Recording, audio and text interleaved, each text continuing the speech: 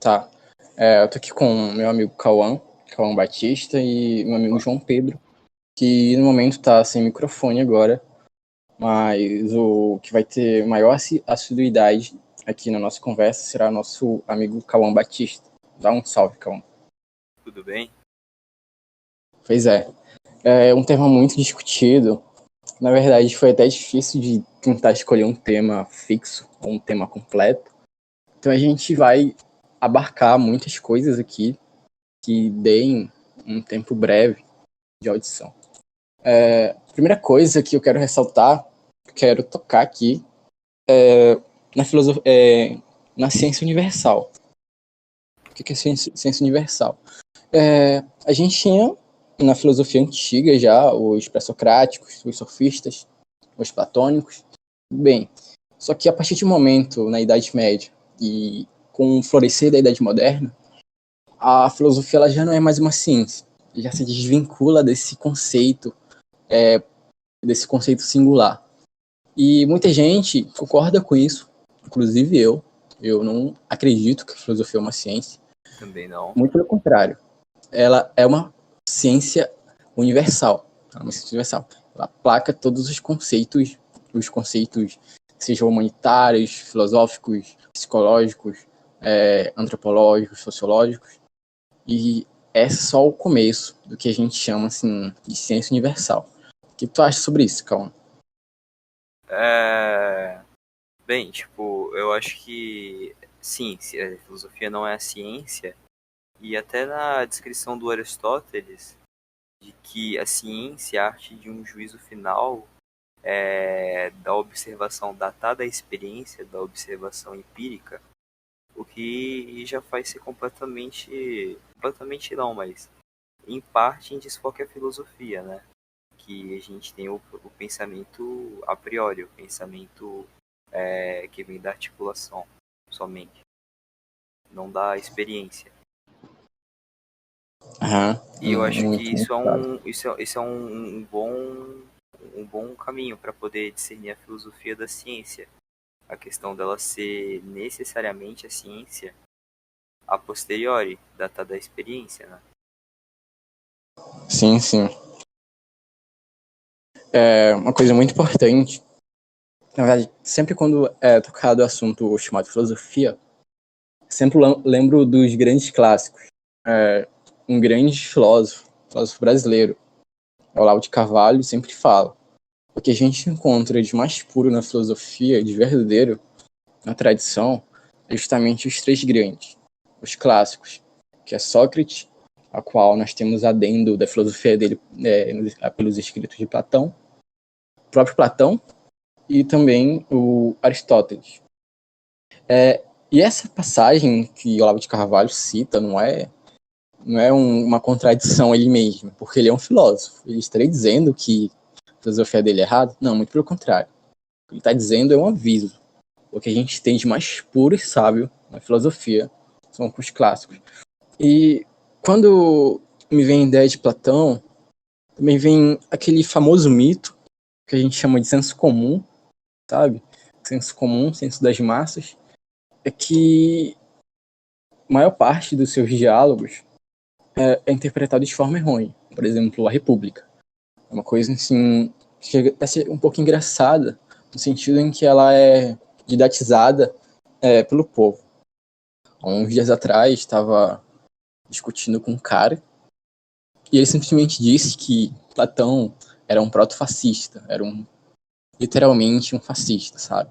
Então, uma coisa assim, que não deve ser levada ao pé da letra, que é o sentido político de Platão. Tá, é uma coisa assim, um pouco absurda, um pouco utópica. Sim. E gíria arcaica também. Aham, sim, cara. Muito arcaico.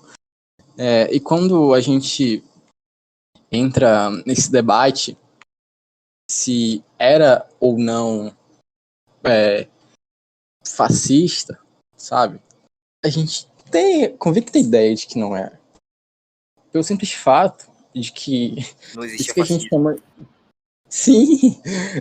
Isso era anacronismo, sabe? Então, uma coisa assim, meio sem lógica é dizer que o próprio Platão era fascista. O que você pensa a respeito disso, Cão?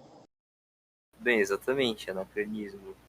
E esse Uhum. anacronismo está presente também para outras ideias, então tanto para os outros lados, né? Falar que Aristóteles era capitalista, era individualista, de alguma forma. Ou falar que Platão, além de fascista, também é comunista. Também tem esse lado. Então, a gente impregna o lado político da coisa justamente por uma articulação, né, do senso comum para trazer uma polarização para essa coisa de acordo com a sua articulação, com a sua observação do tratado filosófico, entendeu? Ele Uhum. olha, é a partir justamente da vontade, né? Do olhar bem, olhar mal para a obra. Eu odeio essa obra porque ele defende escravidão, né? Em 2000 anos atrás, mas tudo bem. Eu gosto muito dessa obra e ela é comunista, eu sou comunista, uou.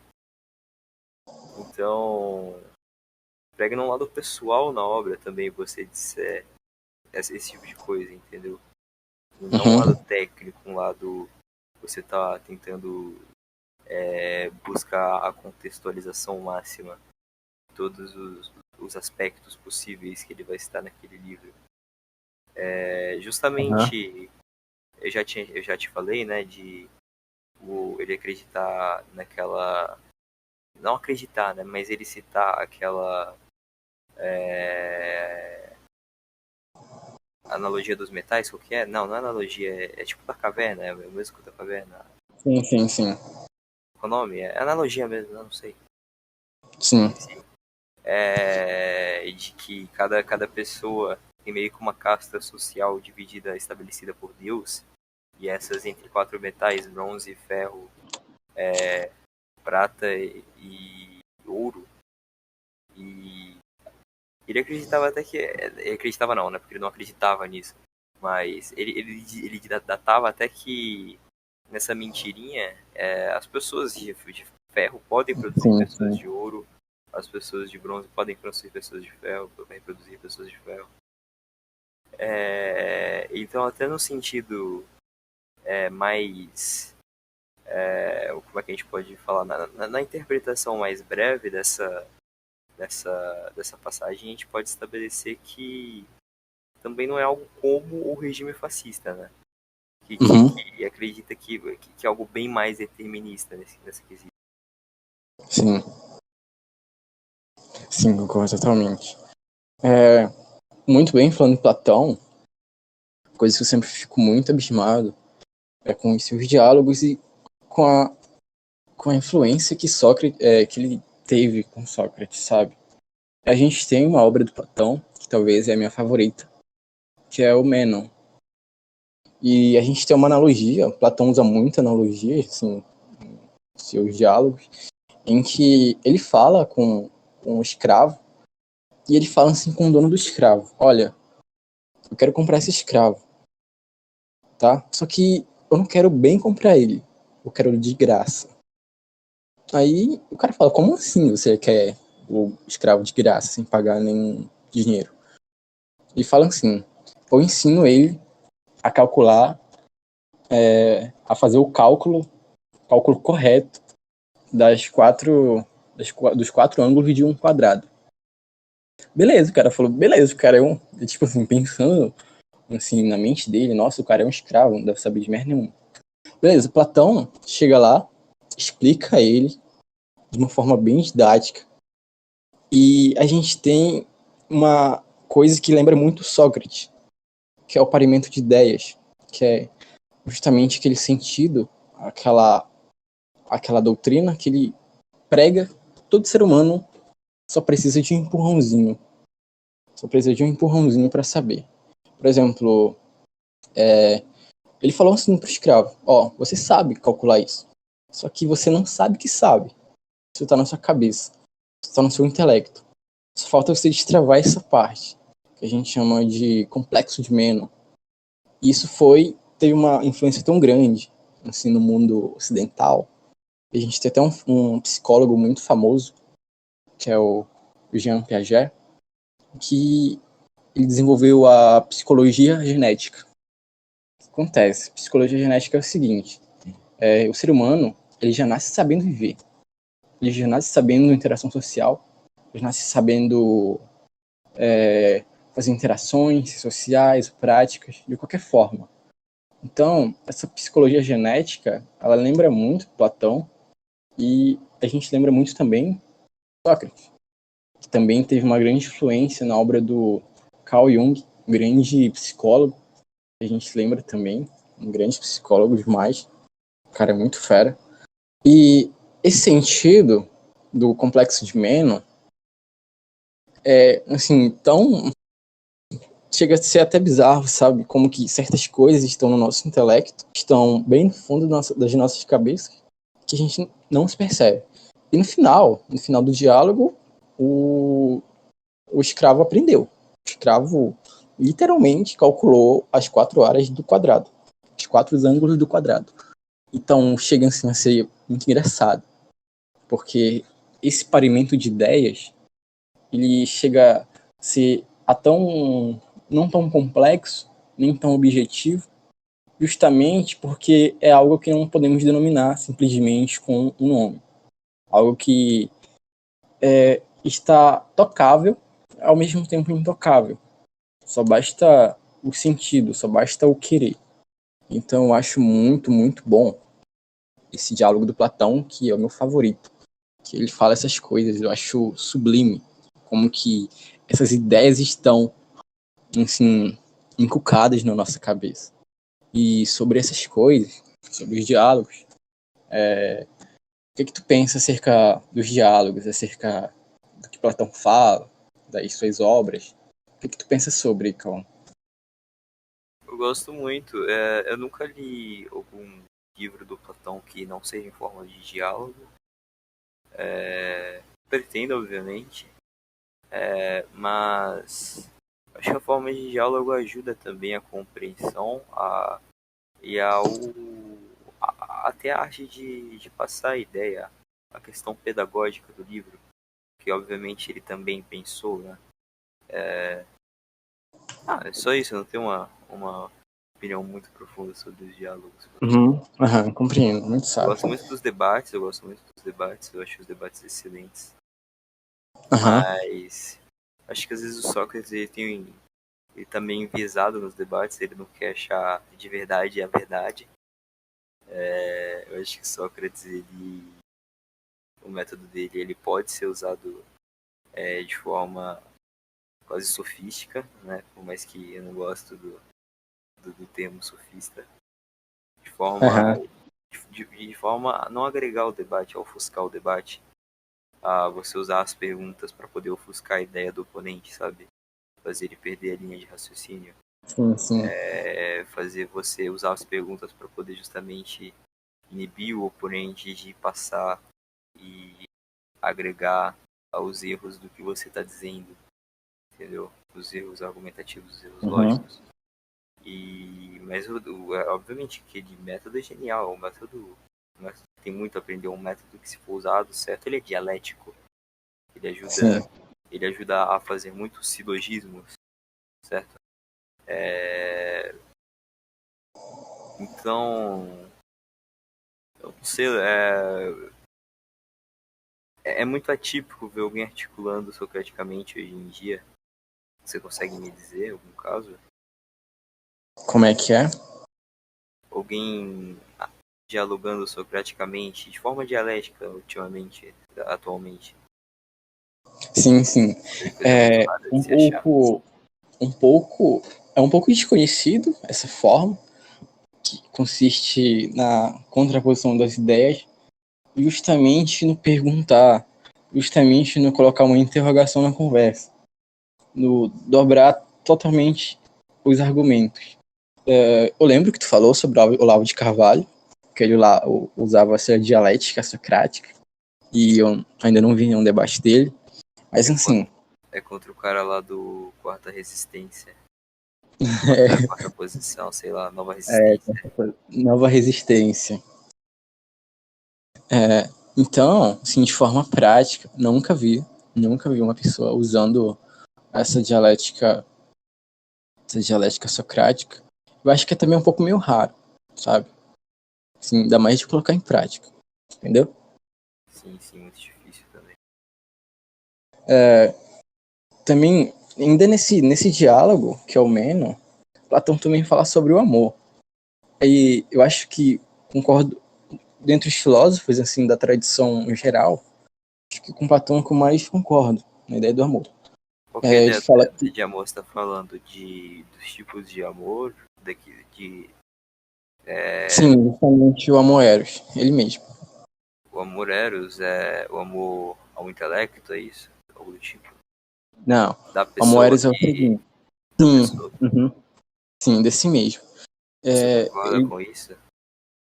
concordo demais. Eu acho que. Nesse Pode falar. diálogo ainda ele desenvolve uma analogia, como diz Platão, fala muitas analogias.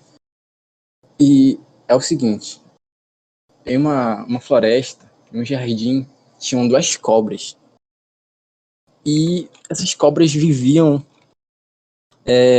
em constante debate físico, amor mesmo, sabe? Um certo dia, Zeus, Zeus pegou essas duas cobras e amarrou elas, para elas viverem juntas. O nome dessas cobras, elas tinham respectivos nomes. Uma delas era amor, na verdade prazer, e o outro era dor. Então, ele desenvolve essa analogia dizendo que o amor, ele é dor e prazer, sabe? Não tem como desvincular. É isso que a gente entende que ele desenvolve o amor eros, que é o amor romântico, aquele caracterizado pela paixão, pelo desejo, atração física e o sexo. Então, esse eros que ele descreve é um amor que eu concordo, é o amor mais humano possível, sabe? E outro amor também que eu destaco muito, que é o amor ágape, que a gente encontra no São Tomás e no Kant, que a gente faz uma crítica a ele não no sentido negativo, mas no positivo. Mas fora disso, o amor eros é o que eu mais concordo, é o que eu mais defendo, que é o mais humano em ponto de vista, certo? Eu discordo, eu acho que esse amor ele é um amor arquétipo, um amor inexistente, um amor que é um deleite, algo que é impossível de se encontrar. Acho que você ama justamente a semelhança ou, ou justamente a composições de serviço da pessoa, a pessoa falar que gosta de você ou a pessoa demonstrar que gosta de você. E, e Uhum, não uma coisa ideológica, uma coisa quase mística que o Platão descreve, que a pessoa ela existe e ela está te esperando. Acho que essa certo. pessoa não bastaria ser nada mais que eu mesmo, a pessoa que você idealiza como perfeita é você mesmo, é uma parte de si, basicamente. Aham, sim, sim. Muito interessante. Inclusive, tem um livro muito famoso de um, não vou chamar ele de teólogo, vou chamar ele de romancista barra filósofo, que é o C.S. Lewis, que ele fala sobre os quatro amores. Certo, muito interessante esse. Ele corta alguns amores, na verdade são 8 na obra do Sim, sim, Platão. sim. Uhum. Aham, exatamente. Exatamente. Também citei aqui o Kant, né? Nosso velho amigo Kant. Cara, Kant, isso aqui chega a ser um pouco engraçado. Porque Kant, quando vai falar da Moeros, a gente precisa ter conhecimento de que Kant morreu virgem. A gente nunca teve um prazer com uma mulher. Nunca sequer beijou uma mulher, sabe? Nunca sentiu o calor de uma mulher. Mesmo assim, Kant, ele cai tão em cima do Homo Eros de uma forma muito engraçada, dizendo que não passa de paixões carnais desvinculadas da alma, sabe? Da alma racional. E ele defende muito a Moaga, coisa que eu não discordo. Acho beleza. Mas assim, falar de algo sem ter prática, sabe? Mesma coisa que falar que dá opinião prática de relação sexual, mesmo sendo virgem, sabe? Tem uma coisa assim que o Kant, às vezes, ele é muito palpiteiro, tem que chamar de palpiteiro, sabe? Daqui a pouco eu jogo aqui o que ele fala sobre Amoeros, porque a forma como ele fala é uma forma empírica. Inclusive, ele escreveu isso antes dele despertar do sono dogmático. David Hume despertou do sono dogmático, etc. Então ele fala de uma forma empírica, sabe? Então fica meio, meio engraçado. O que tu pensa sobre esse episódio do Kant aí, Calma? Bem, eu não conhecia, eu gostaria de saber, mas eu sabia que ele era virgem. Eu sabia que ele acordava todo dia para a igreja protestante lá dele, na Alemanha, na cidadezinha fugida dele.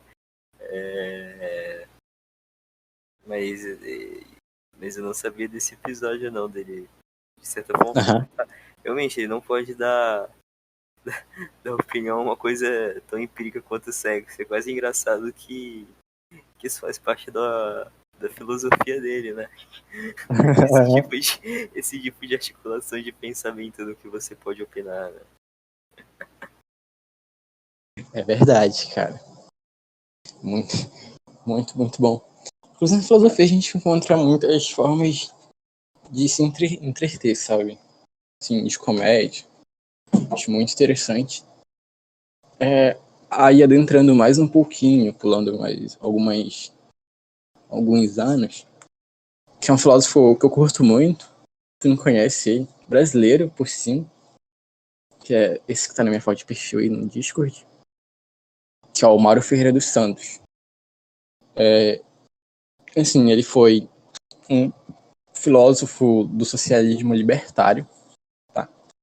Mas assim, ele era totalmente desvinculado da ideia de comunismo e do socialismo, sabe? Mas ele era libertário, né? Ele era um anarquista cristão, na verdade. Não concordo com esse vínculo político dele, mas com as suas obras, cara, é muito, muito bom. Inclusive, eu recomendo o livro do Olavo de Carvalho, que foi o único que eu li do Olavo de Carvalho. Tive coragem, pelo menos, que é uma introdução às obras do Mário Ferreira de Santos. E esse filósofo muito desconhecido, mas muito importante, ele traduziu muitas obras clássicas, cara. Do Aristóteles, do Pitágoras, do Nietzsche. Inclusive, ele é um grande respeitor do Nietzsche. Ele respeita muito Nietzsche, ele amava Nietzsche. Immanuel Kant, o Pascal, Tomás de Aquino, dos Scott, o Frederick, o Hitler. Então, coisa assim que eu acho que é um pouco desvalorizada, né, nos dias modernos, contemporâneos, essa ideia de sombreamento. Inclusive, o Mário Ferreira dos Santos ele desenvolveu um próprio sistema filosófico, que foi filosofia concreta. E ele escreveu assim a enciclopédia das ciências sociais, das ciências filosóficas, na verdade, que abarca mais de 50 livros. Alguns pararam de ser vendidos, mas os mais famosos estão sendo vendidos até hoje, como o Tratado de Simbólica, e Invasão Vertical dos Bárbaros. E junto com ele, um filósofo que eu curto muito, acho que eu curto mais esse aqui que eu vou falar do que o Mário, que é o Eric Vogel. Inclusive já apresentei ele pro João. E esse cara aqui, mano, foi um guerreiro, velho. Tipo, ele fugiu duas vezes na vida dele. Uma foi do Vietnã e outra foi da Alemanha, em que os nazistas queriam matar ele porque a filosofia do cara era muito braba, sabe? Criticava tudo. E no Vietnã, a mesma coisa. Ou seja, comunista e nazista queria matar o cara. E basicamente a vida dele, ele dedicou a vida dele nesse quesito de refutar essas ideologias. E ele faz crítica ao nazismo, marxismo, tomismo, inclusive o João Calvino, sabe? Então, eu acho muito interessante a gente ressaltar esses grandes filósofos. E tu, Cauã, eu queria te fazer pergunta, tu tem um filósofo assim muito, muito querido, favorito, que tu gosta? Qual que é? Uh, tem algumas figuras assim que eu gosto muito. Mas eu queria pegar um gancho no que você estava falando de filósofos que guerrearam, né? Que Uhum. tiveram uma história impressionante. O Ludwig Wittgenstein, ele participou de alguma das grandes guerras, acho que a segunda mesmo. E ele era molequinho, cara. Ele era molequinho, ele era tipo criança, ele era Sim, muito sim. novo. Ele participou junto com Hayek, o economista austríaco Hayek. Eles, na verdade, são primos, cara. Aham. É muito. Nossa, cara. Essa história deve ser muito épica. Inclusive, é, o Hayek, que o João cita muito, economista, né? Tô lembrado que se ele é ANCAP ou não, ele é ANCAP, esse cara, Hayek. Não, não, ele é. A filosofia dele, no final das contas, ela é liberalista, sabe? Aham. Uhum. Ele é mais puxado para um liberal clássico, por mais que ele seja bem radical nesse quesito. Uhum. Cara, assim, falando em guerra, eu sempre lembro muito do Freud, do Einstein, e sobre esse, que é um dos bichos de 10 cabeças da filosofia, que é o Heidegger. Inclusive, eu terminei recentemente de ler a obra dele, recentemente, entre aspas, há 3 meses atrás, eu li a obra dele. Eu não posso dizer que eu absorvi tudo, sei lá, cerca de 30%. Dá pra entender um pouco do que o cara falou. E sobre esses filósofos, assim, que passaram uma vida, um perrengue muito grande, tribulações de verdade, eu lembro do Sartre. Sartre sofreu muito também. Aqui que eu vou falar não é tão filósofo, é o Dostoiévski, o Tolstói, muitos outros. Mas, assim, eu queria te fazer uma pergunta. Em cima dessa pergunta, eu vou fazer essa reflexão aqui, e depois eu te faço a pergunta. Caso do Rousseau. O Rousseau nasceu em um lugar muito tranquilo, tranquilo até demais. E a ideia dele foi justamente que o homem nasce bom, a sociedade corrompe ele. Existem muitas formas de compreender, de, de defender essa ideia, e elas são variadas. Mas, assim, em contraposição ao Rousseau, que defende que o homem é muito bom, que o homem nasce totalmente desprovido de virtudes, de moralidade, a gente tem Thomas Hobbes, que, ao contrário do Rousseau, já nasce em um local muito horrível, muito assim, sem cabimento. No meio de uma guerra, ele nasce, guerra civil. Ele fala que o homem é o lobo do homem. Se o homem não ficar sozinho, se o homem ficar sozinho, como defendia Rousseau, em um estado de plena liberdade, seria o fim do homem. Seria o fim do homem e o homem não teria paz, sabe? O homem mataria o homem. Aí que ele é o grande percussor do liberalismo e do absolutismo, mesmo ele não tendo tanto vínculo, sabe? Uhum. Então, essas ideias, elas são, sim, contraditórias entre si. Aí eu te pergunto, tu acha que o contexto da vida do filósofo, de um pensador, influencia na obra dele, cara? No pensamento dele? Com total certeza, com total certeza. Se a gente for Uhum. parar para pensar, aspectos culturais eles podem mudar, eles podem fazer diferença até nos nossos arquétipos. Arquétipos existem em alguns lugares e em alguns outros não. Arquétipos são diferidos em imagem, em forma, em alguns lugares e em outros não. A gente pode também ter, além desse ótimo exemplo, né, de duas pessoas que nasceram em lugares diferentes, dando sua opinião do homem, nesse tocante eu queria dizer que a questão da psique de um homem, ela é muito complexa, né? Você tem que concordar comigo. Muito, muito complexa. E eu acho que essas frases, assim, que implicam em filosofias maiores, né? Mas se a gente pegar, elas são minimalistas, assim, por mais que elas implicam, assim, no maior pensamento, na Uhum. maior reflexão, para dizer sobre o homem. Eu acho que para dizer um pouco sobre a psique, a gente precisa de falar muito, muito, muito, porque fatores bons podem influenciar as pessoas a ser maus, e fatores maus podem influenciar as pessoas a serem boas. Você não concorda? Aham. Então, e exatamente por isso eu acho que as pessoas elas reagem, né, de forma única, né, a cada acontecimento, de uma forma quase kantiana, né, do idealismo quase kantiano. A gente, nosso cérebro dá a marca da impressão, sabe? Uhum. Eu acho isso. Então, eu creio que essa área ela serve muito também para especulação, querendo ou não, igual diversas áreas da filosofia, mas é algo muito variável, muito volátil, entende? Aham. Certo, certo.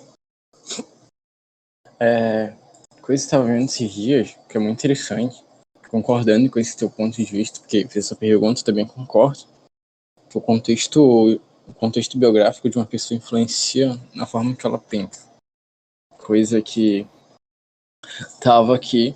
Mas eu vou te fazer outra pergunta, que ainda mais de teologia. Uma coisa assim, que no mundo da teologia, Cauã, ela é muito, muito criticada, sabe? Mas na que essa pergunta que vai ser da teologia reformada. E a gente tem um pensador, João Calvino, ele desenvolveu o calvinismo, uma corrente de pensamento reformada, da fé reformada, da teologia reformada. Por exemplo, é um movimento religioso protestante, sabe? E tem as suas próprias definições bíblicas, as suas próprias conclusões bíblicas. Uma delas, que é talvez a mais conhecida, a mais criticada, é a ideia da predestinação. A gente tem. Determinismo, né? Oi? Determinismo, né? Sim, sim, exatamente essa ideia. E João Calvino, ele usa de influência assim, na obra dele o Santo Agostinho, grande teólogo, filósofo. De certa forma, dependendo do ponto de vista, da forma que você lê Santo Agostinho, você pode interpretar como ele defendendo.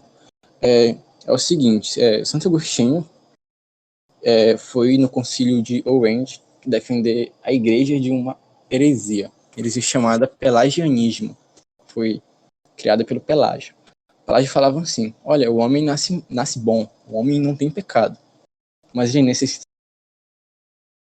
da graça de Deus para não pecar. Beleza, e Santo Agostinho às vezes fala, nossa, tá totalmente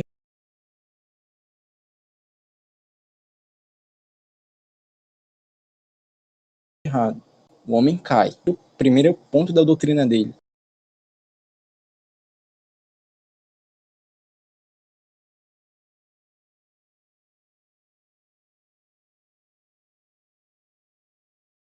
Que é aquele.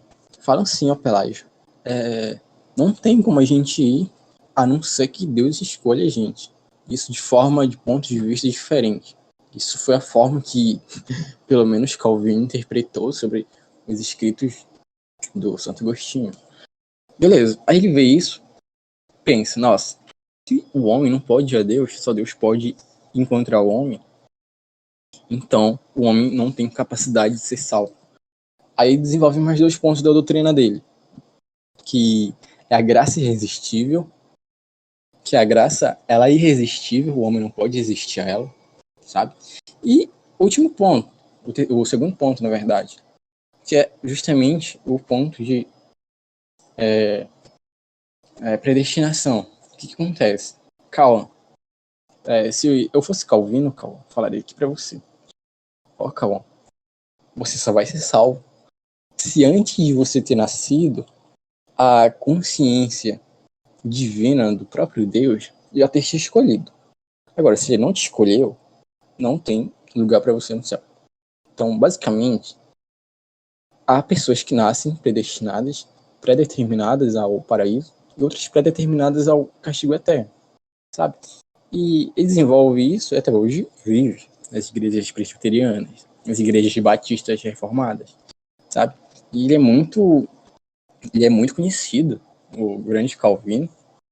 Concordo com ele em alguns pontos, sabe? Eu quero te fazer essa pergunta: o que tu acha sobre essa ideia dos seres humanos serem escolhidos? E se, quando não escolhidos, estarem na merda, literalmente? O que tu acha, cara? É uma ideia quase que elitícia, né? Aham. É uma ideia oligárquica. Você abriu uma oligarquia, né? Bizarro. Acho que Sim. é uma interpretação, não? Uma interpretação quase com um olhar cruel, né? A escritura bíblica, por mais que eu não seja católico, por mais que eu não seja nem cristão, né? Mas, em fato, essa acho que foi uma das piores teses e ela faz... porra, ela é horrível, ela é determinista. Uhum. Uma coisa também sobre a aposta de Pascoal. Ela tem dois lados também, né? Ela tem um lado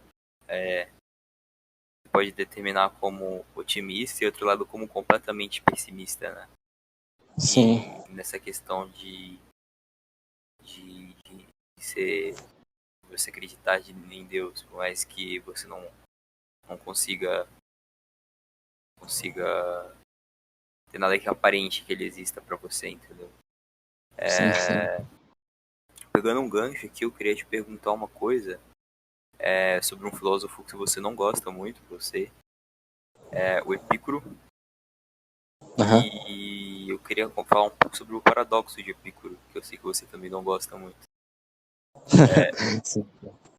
Então, eu acho que o paradoxo de Epicuro ele tem sim sua importância, e, e ele também é um pouco mal interpretado, em partes, e isso começa com a importância de que as pessoas não, ele deu margem para muitos filósofos para poder dar opinião sobre isso, sobre como Deus funciona, conformes à lógica. Primeiro a gente tem a Uhum. explicação, primeiro eu vou dar a explicação, né, do São Tomás de Aquino, de que Deus é de que Deus, né, em onipotência, se diz por todas as coisas que são possíveis. Então, as coisas impossíveis, como por exemplo fazer um triângulo de dois lados, ou um círculo redondo, não, um círculo quadrático, Uhum. seriam coisas ilógicas. Porventura, isso seria quase um erro de semântica, não um problema de Deus, entendeu? A gente tem a Aham. explicação que é um meio termo entre. Não, eu vou falar agora o extremo oposto, né? Tem a explicação de Deus e lógica, que é a explicação do Descartes, né? É uma explicação que eu diria que é bem porca. É uma explicação bem escassa. Ele só fala Sim. que Deus consegue fazer o que ele quiser. E bom, Uhum. de que a onipotência tá estabelecido nisso. E tem a explicação de que eu acho mais interessante, é uma explicação paralógica, que Deus funciona com os conformes da lógica, mas Deus é uma figura incognoscível. A gente não consegue compreender Aham. ele completamente. Então, isso dá margem, na verdade, a muitas explicações, como por exemplo, vou citar algumas brevemente, que Deus conseguir fazer a dita pedra, né, da simplificação do paradoxo, já seria um sinal de Uhum. onipotência, de que Deus conseguiria fazer a pedra e ao mesmo tempo ele faria e não faria a pedra, então ele burlaria o paradoxo. Aham. É... Hoje que eu não sei, não lembro de outras, mas eu acho que essa é a, em, a em- dando a entender, eu acho a mais racional, você não acha? Tá, tá bom. Então você tirou a conclusão e logo depois me fez a pergunta de que o paradoxo de Epicuro é racional, foi isso? Só pra Não, entender não, mesmo. não, não, não, não. Das explicações sobre o paradoxo, entendeu? Ah, De, sim. de como funciona a natureza de Deus, entendeu? Também porque Uhum. eu queria dizer algo que eu acho que assim, a metafísica ela está, a teologia está para a religião como a metafísica está para a filosofia, Aham. você não acha? Sim. Ela Sim, tenta, sim. ela tenta responder problemas quase que parecidos e problemas que não podem ser de nenhuma forma testados epistemologicamente, entendeu? Aham. Nisso eu acho que abre espaço, né, para discussões completamente lógicas em ambos os lados. Discussões Uhum. completamente fantasiosas, entende? Crédulas. E eu Sim, também, sim. o paradoxo de Piccolo, ele tem uma conclusão de que Pícaro, na verdade, ele não queria dizer que Deus não existe, afinal de contas, nesse paradoxo. Ele Aham. queria dizer que Deus, ele estava muito interessado, ele não estava tão interessado na vida das pessoas quanto os atenienses achavam, né? Porque a gente tinha Sim, a sim. composição de diversos textos, né, principalmente pelo Homero, de que deuses gregos eram intrometidos pra caralho na nossa vida, né? Eles enchiam o nosso Aham. saco. Então eu acho que num tempo como aquele é sim racional pensar dessa forma. Sim. Uhum. Tá. Sobre esse paradoxo de Epicuro, tem alguns pontos, como você falou, não concordo com ele.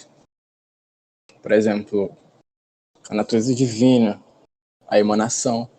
E começando pelo sentido etimológico da palavra paradoxo, não é bem um paradoxo. Porque, Sim, tipo assim, o paradoxo ele indica algo com conceito intrinsecamente contraditório, beleza? Mas a proposta epicurista, por exemplo, afirma que um Deus não pode ser ao mesmo tempo onipotente, onisciente, bondoso. E conforme os argumentos, né, que são apresentados lá no paradoxo, paradoxo seria se houvesse afirmação de Deus. Por exemplo, Deus é bom, pois é cruel, ou algo do tipo. Entre aspas, o paradoxo de Epicuro. E eu acho que ele é um conjunto de argumentos que, segundo uma vez aceitos, aí sim, a afirmação de um Deus todo-poderoso, bondoso, resulta no paradoxo, sabe? Pois um Deus, assim, não pode ter as três atribuições mencionadas contaminantemente. Então, dessa forma, eu não acredito que o paradoxo seja de fato um paradoxo, que é meio uma contradição. E o segundo ponto, que eu não concordo muito, é daquele velho daquele velho preceito da pedra. O que acontece? Ó, que é até um pouco engraçado. Quando, assim, significa ser onipotente, isso não significa ter de exercer sua onipotência, beleza? Que ST é um clássico. Posso criar uma pedra que não poderia levantar? Óbvio, claro que sim. Mas o fato de poder fazer essa pedra não significa precisar fazer, ou direito, ou poder de abdicar da própria onipotência, sabe? Não precisa ser exercido. Então, uma entidade, ela pode ser onipotente sem precisar manifestar todos os aspectos, assim, da sua onipotência, óbvio. Então, esse conceito da pedra eu não concordo muito, justamente porque ele é um pouco contraditório, justamente com o conceito etimológico da palavra qual é o nome? onipotência. Aham, onipotência. E uma Então, coisa também. Uhum, pode falar. então você tá mais pra explicação, como eu falei, tomista. Sim, sim. Por exemplo, tem correntes cristãs, como o kardecismo, que é uma coisa que eu discordo muito, que é o espiritismo kardecista, por exemplo, que atribuem à vida a condição de ser um sofrimento passageiro, a noção de uma forma de aprendizado. E desse modo, aquilo que nós vemos como sendo algo ruim aos olhos humanos, visto por olhos assim divinos, transcendentes, e não presos à nossa materialidade na realidade, é um caminho de evolução espiritual. Ou seja, em suma, há vários pontos contrários. Mas, assim, mas a Sim, análise epicurista faz muito sentido num mundo materialista, sabe? Então sim. tem muita lógica. Mas eu Você tá concordo sim com a dizendo, explicação né, que tomista. naquela ideia de ver o inferno com os olhos de Deus. Então o inferno Sim, não se sim. propaga em sofrimento. E, cara, e sobre esse assunto, assim, eu fui assíduo em igreja protestante.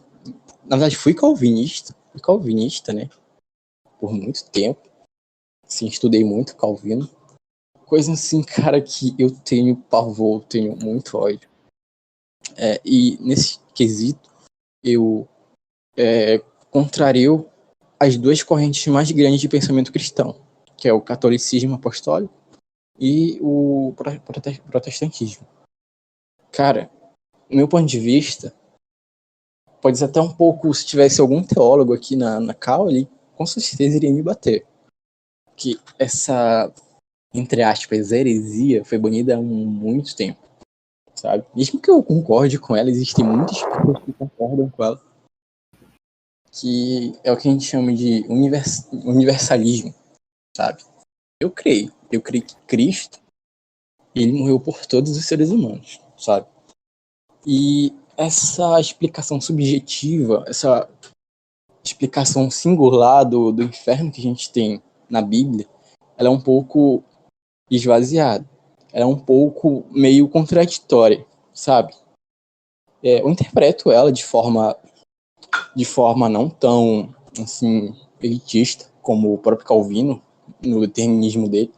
Eu concordo, de fato, que algumas pessoas nascem mais. Não, algumas não, na verdade todas, né, nascem mais. Nesse quesito eu concordo com a depravação total, todos nascem maus com pecados. Mas um ponto que eu entro em contradição com essas duas linhas de pensamento é basicamente esse ponto, de que pessoas irão sofrer no inferno, sabe?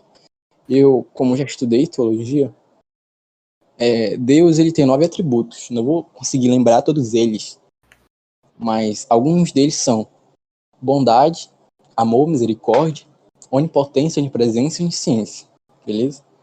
E uma coisa meio contraditória, como que um humano, uma pessoa que tem alma, poderia sofrer eternamente, sabe?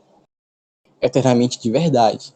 E quando a gente pensa assim, nesse conceito de eternamente, a coisa começa a ficar mais pesada, tá ligado? Que o bagulho é tenso demais, mano. Se É eu muito pudesse, sádico, cara. né? hum, Nenhuma Cara, muito pessoa, acho que bizarro. nenhum ser humano gostaria de condenar até o pior inimigo eternamente, né? Cara, é muito, muito louco, cara. Quando eu penso nisso. Tipo, se eu pudesse, não precisa nem ter estudado teologia só pra não saber isso. Mas eu defendo sim o universalismo, sabe? Eu creio que algumas pessoas vão pro inferno, mas ficar lá eternamente não, sabe? Todos vão morar no céu com Cristo, sim. Então essa ideia de universalidade ela não é tão aceita, sabe? Mas eu creio, e tem muitas pessoas que acreditam nesse conceito de universalidade. Inclusive, eu tenho até um livro sobre isso, universalismo, que é um livro refutando, que nesse livro eu consegui refutar todas as possíveis refutações do autor que ele fez ao universalismo. Então, essa ideia sobre o inferno, cara, eu acho meio, assim, meio bizarro, meio sem graça. Eu concordo até com os espiritistas, sabe? O ser humano, ele vaga pela Terra, eu posso concordar com isso. Menos com essa ideia, assim, sem cabeça do cristianismo, seja protestante ou católico. E tu, o que tu acha? O ser humano tem alma? Após a morte ele vive ou não? O ser humano tem alma, mas eu não sei o que acontece depois da morte, porque eu sou deísta. Aham. Eu acho que nem tem como saber, né? Aham. Pois é, cara. Assim, é um pouco até complicado falar Vai disso. que, vai que, porra, você morre, tá ligado? Parece, porra, aquele cara, aqueles cara hindu, tá ligado? Porra, roxão, todo hippie, porra. Não ia tá fudido, mano. Sim. E Cauã, eu sou tão pensativo nisso que até conto pro João Pedro, assim, que literalmente toda noite eu tenho sonhos. Não Toda cessa. noite, isso aí. Toda noite eu sonho, cara. Não tem descanso. Sem parar, velho. Nossa, E meus sonhos são muito bizarros. Assim, não bizarros no sentido mas negativo. assim, talvez um motivo. Eu sei muito sobre sonho. Sério, eu sei muito sobre sonho. Uhum. E talvez o fato de você ter sempre sonhos é porque todo mundo tem sempre sonhos, mas às vezes você não lembra deles, entende? Uhum. E talvez por você estar acostumado a sempre ter sonhos, você sempre tenha o hábito de se lembrar dos seus sonhos, entendeu? Quando ele tá Aham. fresco na memória. Talvez Sim. isso crie isso, essa noção de você sempre ter sonhos. Isso na verdade é um É exercício bom, realmente né? isso. Nesse caso aqui desse sonho que eu vou te contar, basicamente isso, não lembro 100% dele. É o seguinte, eu tava tão obcecado nessa ideia nesses últimos dias, que eu sonhei que eu morri, tá ligado? Sonhei que eu morri. Cara, e depois que eu morri, mano, uma coisa assim muito bizarra, que eu acordei no inferno, tá ligado? Tipo, eu fiquei muito em choque, muito choque. Eu, como um grande conhecedor da Bíblia, falei, cara, daqui não tem escapatória, daqui não tem fim, tá ligado? E eu acordei tão desesperado, assim, no sentido extremo. Cara, que eu falei, tá fuck. E é basicamente isso que a filosofia ela propõe. Mesmo ela sendo algo tão positivo, mesmo ela tendo impacto ético, moral, até mesmo impacto assim que a gente não pode ver, um impacto espiritual, ela também tem um impacto negativo. Porque o próprio Aristóteles fala que o ser humano ele se torna, entre aspas, um filósofo a partir do momento que ele vê o absurdo, que ele vê a maravilha. A maravilha não quer dizer algo positivo, quer dizer aquilo que a gente não consegue explicar. Então a filosofia ela consegue, até mesmo a filosofia, é algo que eu amo tanto, consegue despertar na gente, assim, no ser humano, uma ideia tão assim, que a gente não pode explicar. Eu até contei pro José, José, assim, eu não acredito 100%, eu não acredito 100% em tudo que eu defendo, sabe? Eu acredito que existe, mas não acredito 100% que Deus existe, não acredito 100% em Cristo, entende? Então, as coisas assim se tornam um pouco desconfortáveis. Mesmo estudando Eric Vogel, pode vir um marxista me refutar, mas isso é de menos. Mas o meu sentido é mais de metafísico, entende? Já teve assim um, um ideal parecido, entre aspas, como dizia Aristóteles, tu já teve uma maravilha parecida, ao ponto de tu olhar aquilo e não conseguir desvendar, ficar tão, assim, vou dizer maravilhado, né, para não dizer assustado, em cima daquela indagação, ao ponto de não saber nada sobre ela. O que tu acha? Eu acho que não. Nunca tive esse tipo de experiência. Porque você disse que teve. Você achou essa experiência de ir pro inferno no seu sonho? Ah, Cara, tem uma maravilha aí do Aristóteles? olha, Foi isso pra quando, você? quando ele fala de maravilha, é naquele livro dele que tu vai ler, ainda não chegou na parte, que é a metafísica. Quando, traduzindo essa palavra, essa frase dele, quando o homem vê o inexplicável, ele se torna um pensador. O que acontece? A partir de um momento, Cauã, que eu não posso te demonstrar a existência de um ser divino. A partir de um momento que eu não posso te demonstrar a existência, eu não posso te demonstrar que Cristo ressuscitou, não posso te demonstrar que o evolucionismo está certo, as coisas elas já ficam um pouco difíceis. Porque se eu não posso te convencer disso, eu não posso convencer a mim mesmo. Ou seja, eu posso acreditar nessas ideias, eu posso acreditar nisso, sabe? Mas eu não vou ter uma convicção totalmente. Porque a maravilha que ele fala é algo inexplicável, é a metafísica, sabe? Então eu posso ter total convicção de que se eu comer veneno, se eu beber veneno, eu vou morrer. Tudo bem, isso não é metafísico, isso é um aspecto material na vida de todo mundo. Beber o veneno morre. Mas o que ele fala é justamente nesse aspecto. Esse aspecto que a gente não vê, que a gente não compreende totalmente. Então, como eu falei, eu não acredito totalmente que Deus existe. Mas, no momento eu acredito. Eu acredito, tenho fé, sabe? Mas não tenho certeza, sabe? Mas esse impacto de uma vida futura, ela veio tão grande em mim que dessa forma eu tenho mais um propiciamento a ser alguém que acredita na divindade do que alguém que não acredita, sabe? Você me É como perguntou aquela. se eu já tive contato com uma maravilha, eu não tinha lembrado. Mas Aham. sim, eu já tive. Agora eu lembrei, eu tive 2 contatos com uma maravilha. Uhum. A primeira foi confortante, que eu vi ela com um olhar divino, o olhar de uma criança, sabe? A Aham. segunda, eu já era crescido. E aí eu fiquei, tipo, com muito medo, sabe? Muito medo. Uhum. Eu até me arrepio, cara, de falar, sério. Quando eu era criança, não sei se foi uma alucinação. Eu não sou esquizofrênico, eu juro. Mas eu vi, tipo, eu vi 2 figuras angelicais na minha casa, eu interagi com eles, sabe? Tenho isso fresco Uhum. na minha memória. Eu tenho isso tão fresco na minha memória que eu lembro, tipo, o posicionamento dos móveis do lugar no momento, sabe? Que mudou completamente. E alguns nem existem Caraca. mais. Então, a primeira vez, igual eu falei, foi quando eu era criança. Então foi muito tranquilo. Conversei com eles. A segunda, eu tinha, sei lá, uns 10 anos. Eu já era um pouco mais crescido. Eu lembro que eu tava arrumado, ia pra algum lugar. E eu encontrei exatamente as duas mesmas figuras, cara. E eu Uhum. senti muito medo, eu saí correndo pra dentro de casa, sabe? Tipo, elas estavam dentro da minha casa, mas eu saí correndo mais pra dentro.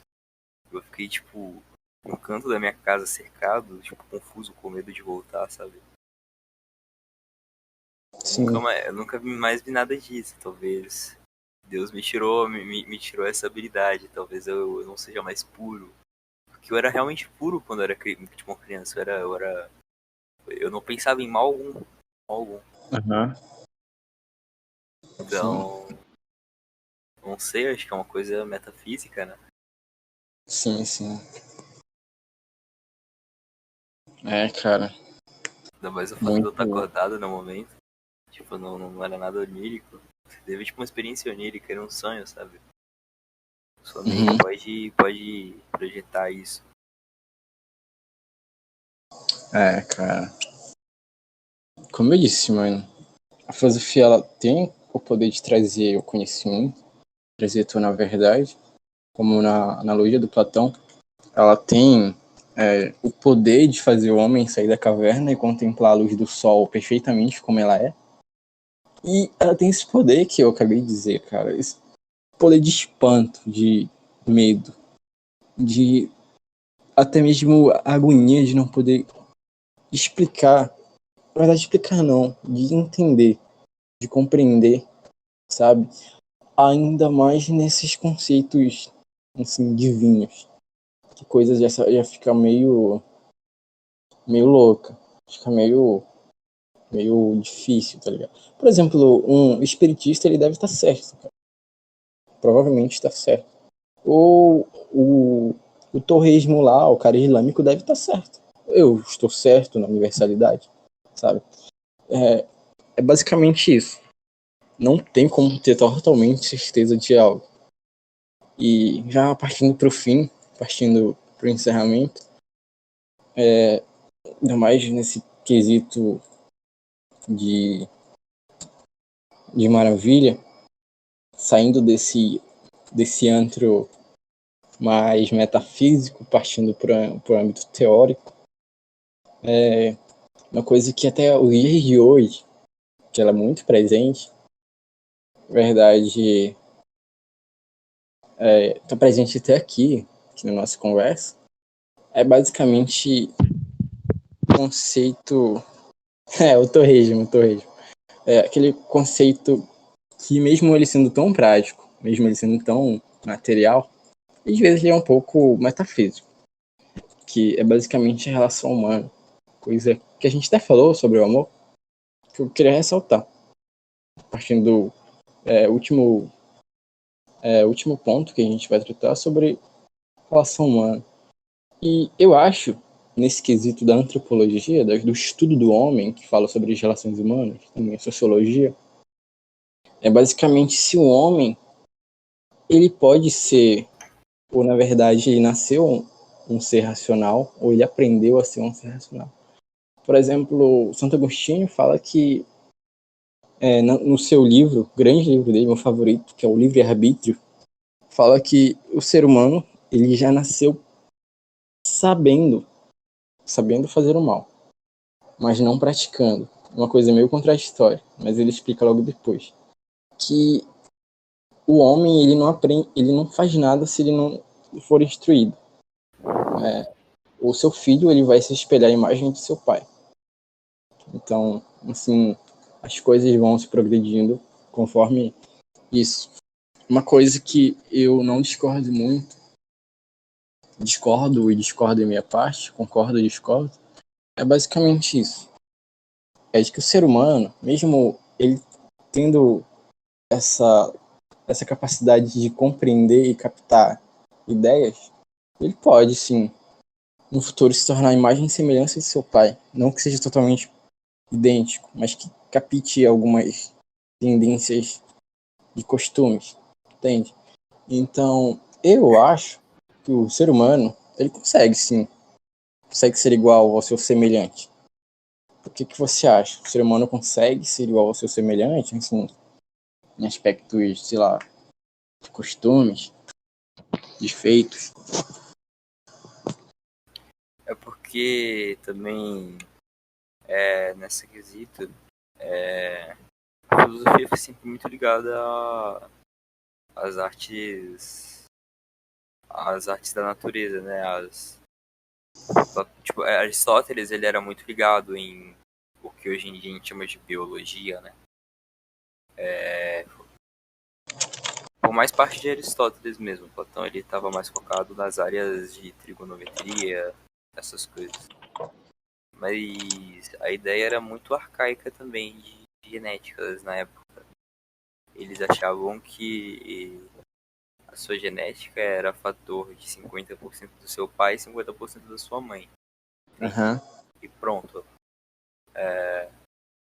Mas não é assim, a gente sabe. Sim.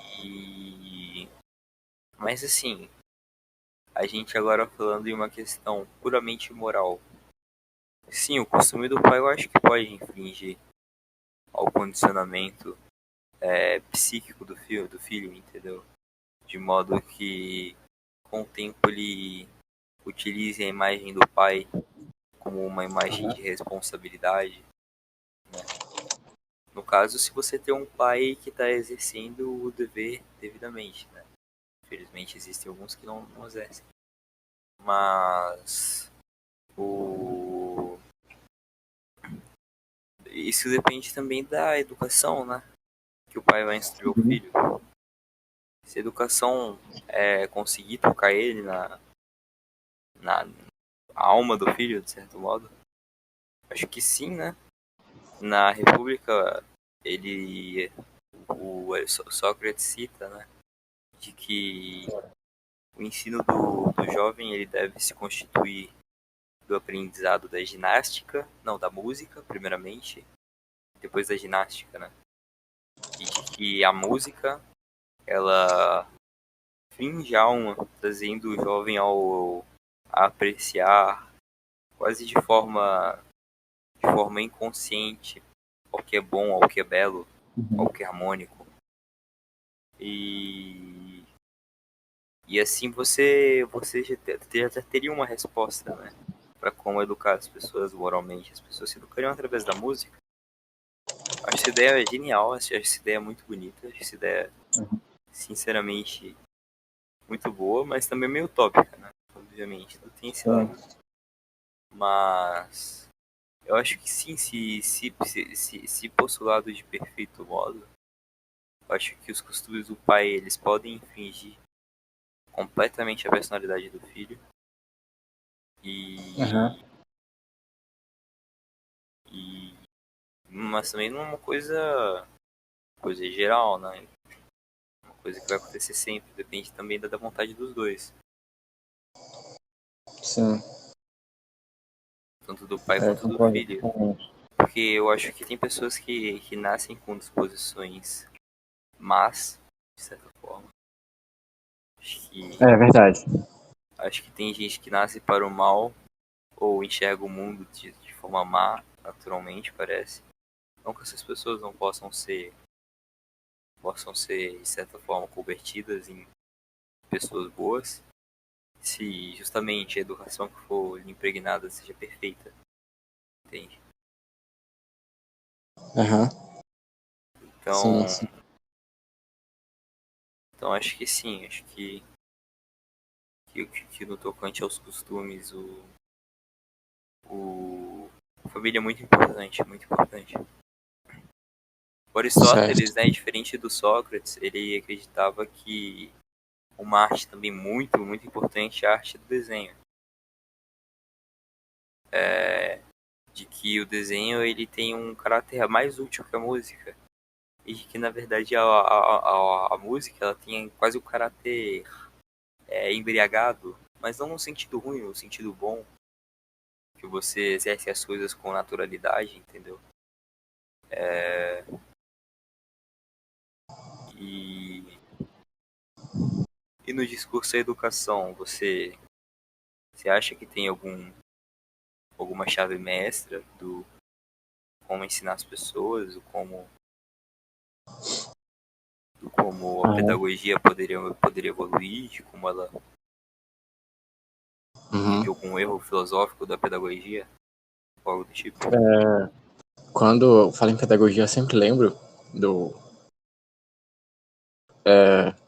do Paulo Freire, né? Paulo Freire, sempre lembro dele. Que ele desenvolveu aquele sistema que nós denominamos como pedagogia crítica. O que acontece? Só fazendo uma conotação, não vou falar sobre ele. Quando falo em pedagogia, basicamente a arte de ensinar as pessoas. E esse processo parece ser até meio simples. E como o próprio Sócrates fala, que é o parimento de ideias, que é uma das principais doutrinas filosóficas de Sócrates, que o homem simplesmente precisa de um empurrãozinho para descobrir aquilo que ele já sabe, aquilo que já está no interior do seu inconsciente.